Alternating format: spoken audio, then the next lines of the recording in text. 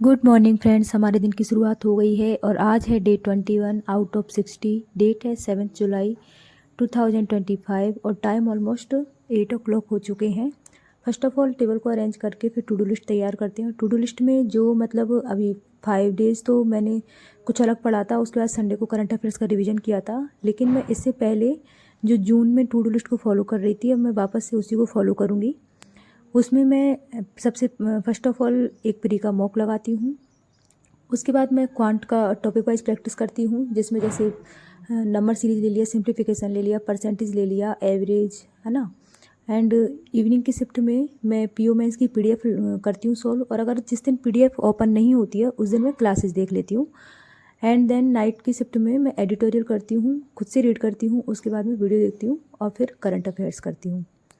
ठीक है, तो टाइम 8 बज गए हैं और फर्स्ट ऑफ ऑल मैं मॉक टेस्ट लगाने बैठ जाऊँगी।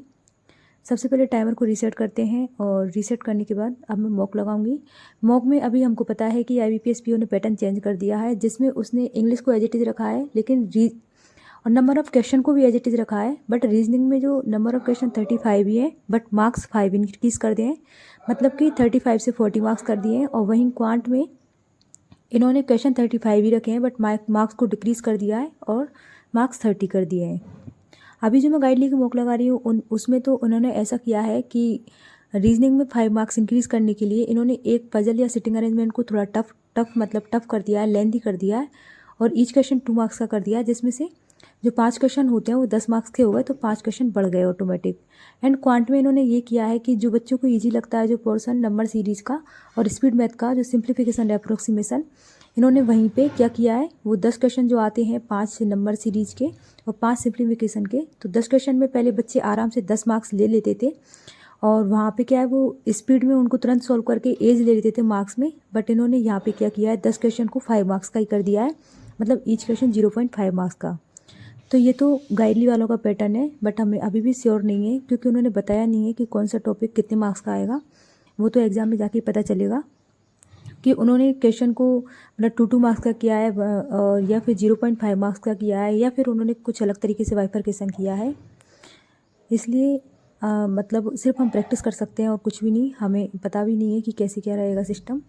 उसके बाद मैंने आईबीपीएस पीओ मेंस की मैं पीडीएफ सॉल्व कर रही हूँ, जिसमें गाइडली का पेड है मेरे पास, ओनली मेंस की पीडीएफ का ही है और कुछ भी नहीं है, जिसमें SBI PO mains and IBPS PO mains के नाम से पीडीएफ है। उसमें डे 2 है और ये अभी डेट वाइज उसको ओपन करते जा रहे हैं, लेकिन हम प्रैक्टिस को ब्रेक नहीं कर सकते हैं, इसलिए जिस दिन पीडीएफ न्यू होती है उस दिन फिर मैं क्लासेस से प्रैक्टिस कर लेती हूँ, जिससे थोड़ा बहुत न्यू पैटर्न के क्वेश्चन भी मिल जाते हैं और आइडिया भी हो जाता है कि हाँ भाई चलो कैसे सॉल्व करना है। क्योंकि मेंस के लिए टीचर का गाइडेंस ज़रूरी है, उससे क्या है हमारा जो अप्रोच होती है ना, हमको तरह तरह की अप्रोच पता चल जाती है। इसमें भी मेंस की जो पीडीएफ है ना, वो मैं हाफ ही सॉल्व कर पाई थी, मतलब इंग्लिश की पूरी कर ली थी मैंने, और रीजनिंग और क्वांट की मैं ऑलमोस्ट 7-8 क्वेश्चन ही कर पाई थी। कोई ना, जो बचा हुआ है उसे मैं आज प्रैक्टिस करूँगी। उसके बाद फिर एडिटोरियल पढ़ने बैठ जाती हूँ मैं, और एडिटोरियल खुद से रीड करने के बाद मैं सर की क्लास लेती हूँ, जिसको 2x पे करती हूँ मैं। उसमें वोकैब रिवाइज हो जाती है और फ्रेजल वर्ब और वन वर्ड सब्स्टिट्यूशन जो भी सर कराते हैं वो सब कवर हो जाता है, और वो आरसी के क्वेश्चन कराते हैं वो भी प्रैक्टिस हो जाते हैं। एंड देन आज की जो लेटेस्ट करंट अफेयर्स होती है मैं उसे कंप्लीट कर लेती हूँ। पीडीएफ तो मेरी फिर भी कवर नहीं हो पाती है। दोस्तों, अगर आप चैनल पर नए हैं तो चैनल को सब्सक्राइब कर देना, एंड अगर आपका कोई भी डाउट है तैयारी से रिलेटेड तो उसे कमेंट सेक्शन में ड्रॉप कर देना।